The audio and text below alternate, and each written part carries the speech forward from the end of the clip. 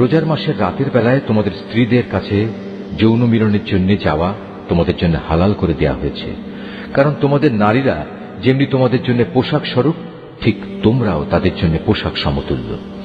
আল্লাহ তাআলা এটা জানেন।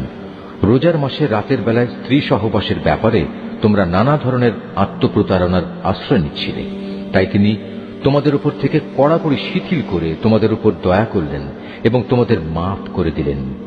এখন তোমরা চাইলে তাদের সাথে সহবাস করতে পারো এবং এ ব্যাপারে আল্লাহ পাক তোমাদের জন্য যা বিধিবিধান কিংবা সন্তান লিখে রেখেছেন তা সন্ধান করো। রোজার সময় পানাহারের ব্যাপারে আল্লাহর নির্দেশ হচ্ছে, তোমরা পানাহার অব্যাহত রাখতে পারো যতক্ষণ পর্যন্ত রাতের অন্ধকার রেখার ভেতর থেকে ভোরের শুভ্র আলোক রেখা তোমাদের জন্য পরিষ্কার প্রতিভাত না হয়। অতঃপর তোমরা রাতের আগমন পর্যন্ত রোজা পূর্ণ করে নাও।